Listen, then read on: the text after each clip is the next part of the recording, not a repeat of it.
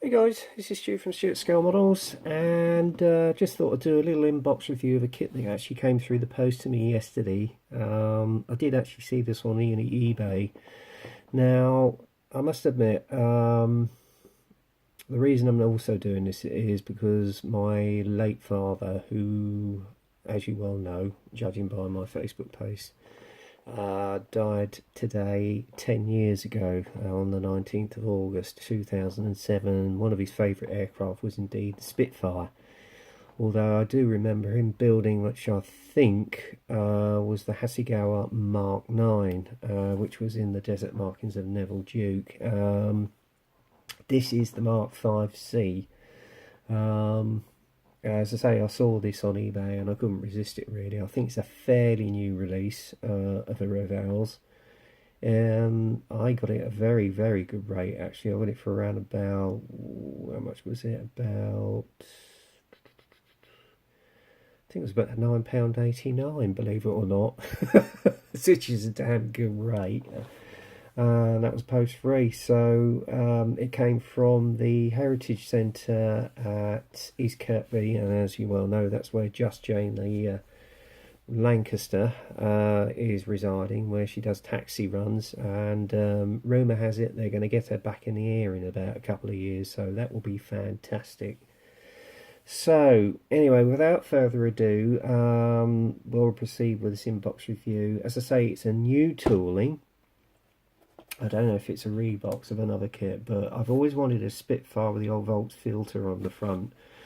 And it does come in one of two options. One which was used out in Egypt during the North African campaign, and another which was one of the ones that was flown into Malta to defend it when it was being besieged in April 1942. So as you can see here, the one depicted is the one, I think, of 65 Squadron. I don't know if it's a well-known air ace during the North African campaign, but as you can see, he's actually just downed a G, what was it, BF 109 F5, I think it is, or F2, over the North African plain. So there you go. And I love this desert scheme, as well as the PRU blue at the bottom there. It is on skill level 4, which means it's quite highly detailed. However, when I did open the box, there was one disappointing thing, but I will point it out presently. Right, as normal, it's a side opening box. Sprues come in two all-in-one bag. It's on a resealable bag, which is good. Now this is the disappointing bit. When I opened it up, guess what? The main part, the canopy, has split in half and is broken. So I've managed to get onto the agent, and I emailed them yesterday along with the photo, so hopefully I should get a replacement through. So yeah, that was a bit of a disappointment, to be honest with you. And then we've got the instruction sheet here with the fully assembled kit, which does look rather good. And I do love the new format with the instructions here. I think Paul Dutton actually reviewed one the other day, which was the Porsche.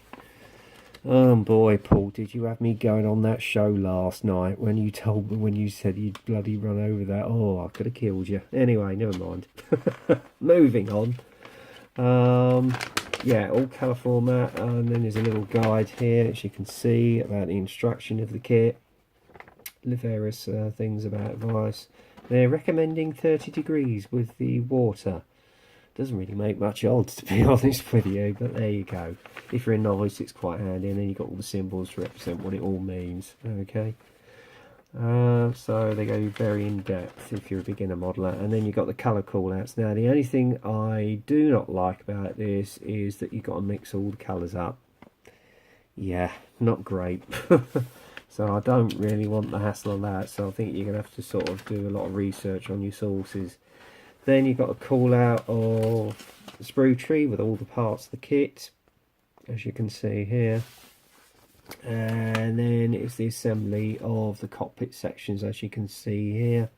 Very highly detailed, as you can see from the illustrations. Again, you do, well, I mean the seats come with a decal, but I've got an aftermarket set, so I'll probably use that. Oops, and the box has just fallen down off me lap. Then you've got the side panels which go into the cockpit along with the oxygen mask. Okay, and then you've got the rev counter. I think it was one of the throttles, I don't know.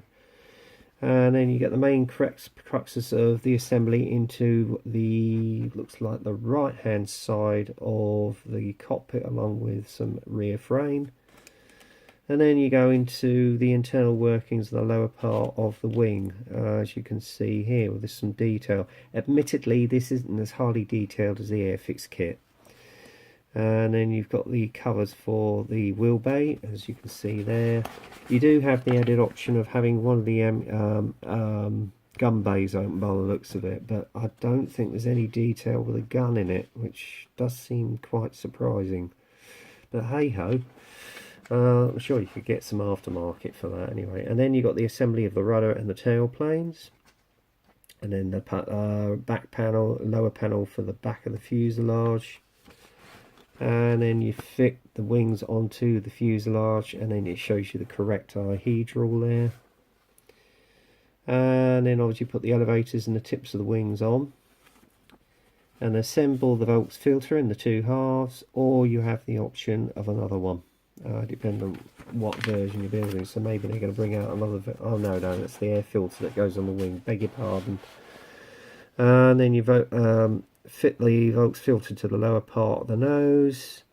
Observation window, which was well known on the Spit. And then the air filter onto the wing. The radiator goes onto the right wing. Rear parts of the radiator go onto the radiator again on the right side of the wing. You put your exhaust stubs either side of the engine. Then it's the assembly of the wheels and the undercarriage, and then put all the undercarriage underneath the wing there, as you can see. And then you add the MG machine guns onto the wing, and the airspeed indicator on one side. And then you've obviously put the cockpit panels of the canopy on. Now, as I say, this part here unfortunately came broken. Not happy bunny, but as I say, I've got onto the agent and they should be sending me a replacement. And then you've got the side panel door, which gives you the added option of having it open. So I'm probably going to leave the cockpit open when I build it and have it on a little dio base. I might even see if I can pick up a figure for it. Then you've got the main aerial mast that goes on, and then the assembly of the propeller and the nose, and then obviously the nose goes on to the propeller. Okay, and then you've got the colour call-outs. The first one being in dark earth and sand with the PRU blue and the well-known distinctive red nose of a number 92 Squadron Mark 5C. LG 173 Egypt, October 1942, which is probably the version that I'm going to go for. But the thing I like about this is you've got a view above, side panel, left side, right side, and beneath.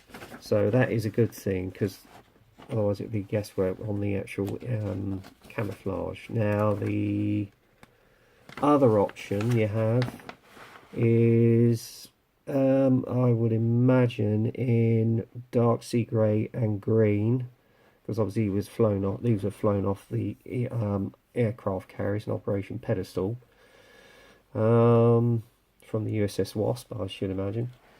Is again a Mark 5C of 603 Squadron in Malta in April 1942, and again you've got the full views of the actual aircraft. I might get another kit and do that in these markings, and I'll see later date.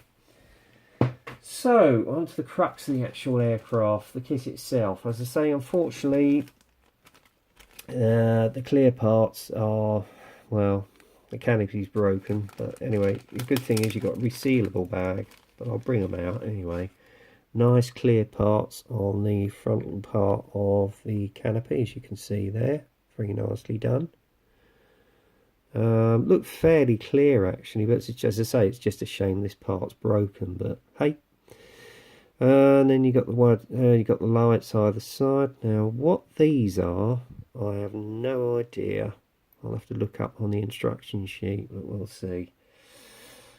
So maybe they are bringing out another version. Actually, it'd be good if they brought out a Seafire, actually. There you go. Maybe they will do. Who knows? Alright.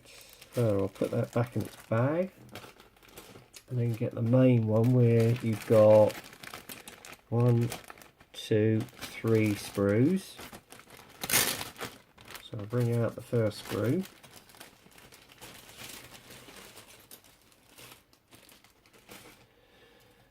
I have to say I'm really impressed with the detail on this, especially on the side panel here. That will look excellent with a wash and a little bit of chipping here and there. That really will add a lot of detail to the cockpit. I have to say Revell just lately are certainly upping their game. Maybe it's because of Airfix giving them a good rub for their money, but who knows. And then you got the floor panel here, back panel there, and even the detail on the exhaust is exquisite. So I'm very happy with that. Then you got the back frame of the cockpit here, very nicely caught, as you can see here. Beautiful detail. And again on the other side panel of the cockpit, which I think is where the oxygen masks go, it's beautifully detailed. And I'm very impressed with even the control panel. I mean, look at the detail on that. Isn't that superb?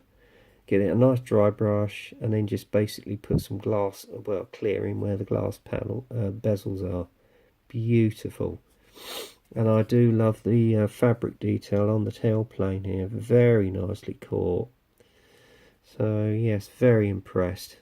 And even the panel lines are beautifully and sharply caught on the side of the cockpit fuselage halves, as you can see here. Beautifully done. What else? Oh, and even the actual side panel where he goes and you get into the cockpit, beautifully caught. Detail on the seat itself isn't bad, although as I say, if I can get it in the light, hang on, sorry guys, nah, can't quite, but rest assured I can tell you the detail on that is very finely caught. All you need is just some aftermarket seat belts on that. So yeah, very impressed, very happy with that. And then you've got 3 separate screws. Obviously these are tanks, so it looks as though they may well be bringing out another version of the Spitfire. We will see. These were underwing tanks, so I think they use these for when they ferried them, but we'll see. So yes, and then you've got the propeller and the propeller hub, as you can see here. Yeah, tiny amount of flash on the edge of the propeller blade there, which you can easily sand off. There's a little bit of flash, as you can see here, but overall pretty good. So I can't really complain about that. And then obviously you've got the wingtips here. Again, there is a little bit of flash there, but again, you can just go around with a fine sander on that. Then we come on to the wing panels. Yep, nice detail, especially where you've got the caps for the fuel tanks. Very nicely caught there. Nice rivet detail, as you can see on the edge here. Beautifully caught, nicely crisp. I can't see an ounce of flash on this sprue though. That's good. And even on the actual elevators as well, that's very nicely caught. And on here you've got the added option of different exhaust stubs, so maybe they're going to bring out a Mark 9, who knows. So actually they'll come in handy for my spares box, so there. And then the detail on the underside of the wing, beautifully caught the panel lines and the detail and the rivets, absolutely excellent. I love it, I really do. And that'll come up really nice with a wash. And Then you've got the Volks filter, tropical filter. Again, the detail with the rivets, beautifully caught. Little bit of flash at the end here, just where you got the inlet. But again, you can go over that with a fine sander. And the final sprue. Again, you've got the various panels, etc. It obviously depends on which version you're doing. So yeah. And again, the detail with the panel lines, especially on the radiator, is very nicely caught. Okay.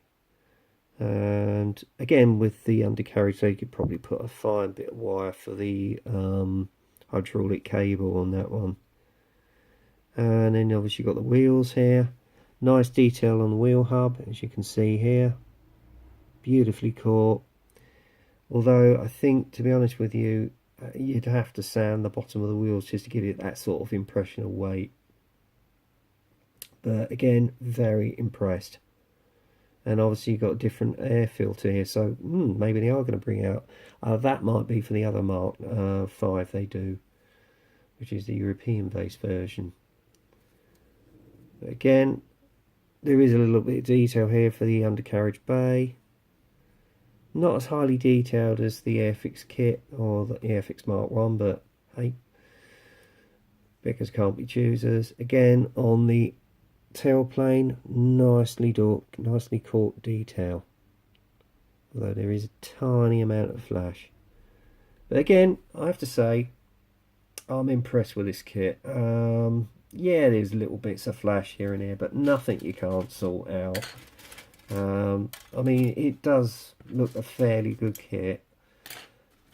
Nothing in comparison to Edward or the Airfix kits that have been retooled, but I have to say it's a fairly good kit, fairly good detail, and there's a lot you can do with it. I mean, I will probably use aftermarket seat belts on it.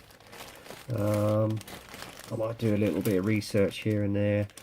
I do have a nice sort of desert matte base I can use for this, which I probably will do, so I'll probably do it as a little vignette, and I'll see if I can source an aftermarket figure for it, because I mean, it really, you need a figure with it just to give it that sense of scale, really. But we'll see. I'll probably build this kit sometime next year, possibly. We'll see, depends what my schedule will be, because obviously with the new store opening up, my hours are going to be a lot longer, so it probably means I ain't going to have as much time on the bench. But this looks an enjoyable build, and for £9.89 you can't grumble, really. You really can't grumble. So yeah, they're getting there. Revell's certainly getting there. Although one thing I will actually show you, which they actually sent me, the Heritage Centre, was this little information sheet on two various marks. It was just a little bit of a history about the aircraft, but in fact what I'll do is I'll read out this one for you. This is Spitfire MK356, which was a Mark LF9E. It says here, built at Castle Bromwich, Spitfire LF9E MK356 was allocated to the newly formed 443 Hornet Squadron, Royal Canadian Air Force at RAF Digby, Lincolnshire in March 1944. MK356 soon moved with 144 wing to Holmesley near Bournemouth, then to West Hampnet, now Goodwood, and later to Ford in Sussex. On the 14th of April 1944, MK flew its first operational mission as part of a rodeo fighter sweep over occupied France, piloted by 20-year-old Canadian flying officer Gord Ockenden, who flew 90 knots in the aircraft. From then on, MK356 was involved in fighter sweeps and in attacking ground targets by dive bombing and strafing in the lead up to the D-Day invasion, and in support of the landings and fierce fighting afterwards. In 60 days of furious flying and fighting, MK3 flew sorry, getting tongue-tied. MK flew 60 operational sorties, was damaged by enemy fire on 3 occasions and suffered 3 wheels-up landings. On D-Day +1, 7th of June 1944, Gord Ockenden was flying MK356 on a beachhead cover patrol when his flight engaged 4 MEBF 109Gs on the deck. He fired at one of the 109s and saw his rounds hitting the enemy aircraft. His wingman finished it off, and each pilot was credited with a half share of the kill. On 14th of June 1944, the aircraft's third wheels-up landing of the war ended its short but intense operational life, as the next day the squadron moved to Airfield B3 in France, and MK was left behind to be collected and stored by a maintenance unit. Post-war, MK356 was used in an instructional airframe at RAF Halton until 1951, and then from the next 17 years was a gate guardian at Hawkinge, Bicester, Locking and Henlow. MK features as a static airframe in the film The Battle of Britain in 1968, and then joined the RAF Museum Reserve collection. In January 1992, complete restoration airworthy status was begun by a team from St Athan. The refurbishment was completed in November 1997 when the aircraft flew again for the first time in 53 years, subsequently joined the BBMF. MK356 is presented as UFQ MJ250 of 601 County of London Squadron Royal Auxiliary Air Force, and usually its aircraft was finished in a silver natural metal finish. 601 Squadron conducted ground attack, dive bombing and strafing operations in support of the 8th Army's advance up through Italy, as well as some bomber escort duties. The Silver Spitfire was often flown by Flight Lieutenant Desmond Ibby Ibbotson, DFC. Tragically, Ibby was killed on a test flight in another Spitfire which crashed on close to Assisi, Italy in November 1944, 1 month after his 23rd birthday. MJ250 survived the war but was then scrapped. And then on the other opposite side, we've got some history about AB910, which was a Mark 5B. Spitfire Mark 5B AB910 flew 143 operational missions in a remarkable wartime career that spanned almost 3 years on ops. Initially allocated to 222 Natal Squadron at North Weald in August 1941, the aircraft was damaged during a forced landing at Lyme within days of arriving. After repair, it was reallocated to 130 Squadron at Perranporth, Cornwall, flying protection patrols and escort daylight bombing raids. In June 1942, the aircraft was delivered to 133 Eagle Squadron at Biggin Hill. Flew 29 ops with this unit, including 4 sorties on the 19th of August during the fierce aerial battle in support of the Dieppe raid. One of her pilots, Flight Sergeant Dixie Alexander, was credited with destroying a Dornier T-217 bomber at AB910 during these combats. AB continued to fly operationally up to July 1944, serving with 242, 416 and 402 RCAF squadrons, flying numerous cover patrols with the latter over D-Day invasion beachheads on the 6th of June 1944 and onwards. From mid-July 1944, AB910 was relegated to support duties, initially with 53 OTU at Hilbertstow, and later with 527 Squadron Radar Calibration Unit. On the 14th February 1945, whilst at Hipperstow, AB famously flew with a girl on the tail. LACW Margaret Horton, a WAF ground crew fitter, was sitting on the tail whilst the aircraft taxied out onto takeoff point, as was standard practice in rough weather. Without the pilot, Flight Lieutenant Neil Cox DFC, realising her presence. He then took off with Margaret still there. The combination of her weight on the tail and her grip on the elevator nearly had disastrous results, but fortunately Neil was able to maintain control, and 1 circuit later he landed with a considerable shake and waff still wrapped around the fin. Oh, bless her. Post-war, AB was demobbed and flew as an air racer for 6 years before being returned to Vickers Armstrong for refurbishment in 1953. After this, it was displayed regularly by renowned test pilot Geoffrey Quill until donated by the company to the BBMF in 1965. AB910 is currently presented as Spitfire Mark 5B EN951 RFD, the personal aircraft of Jan Zumbach, a Polish fighter ace who flew and fought with the RAF during the Battle of Britain and throughout the war, commanding 303 Koznitziu, I think I've pronounced that, Koznitziu Polish squadron, RAF, during 1942. His personal Spitfire sported special artwork under the cockpit, which included a large Donald Duck motif, as you can see here. So there you go. So I thought I'd give you a little bit of info on two Spitfires, which are still currently flying. So there you go. And thank you to the Heritage Centre East Kirby for sending that to me.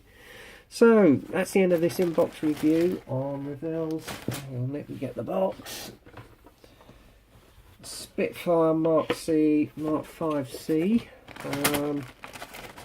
desert version. And one thing I did forget to tell you, if you want to get hold of this kit, the kit number on this is 03940. Okay, as I say, I think it's just recently been released, and it should make a nice fun build. So there we go. Anyway, that's the end of this review. So until the next time, get kit crazy, happy modelling, and I'll speak to you soon.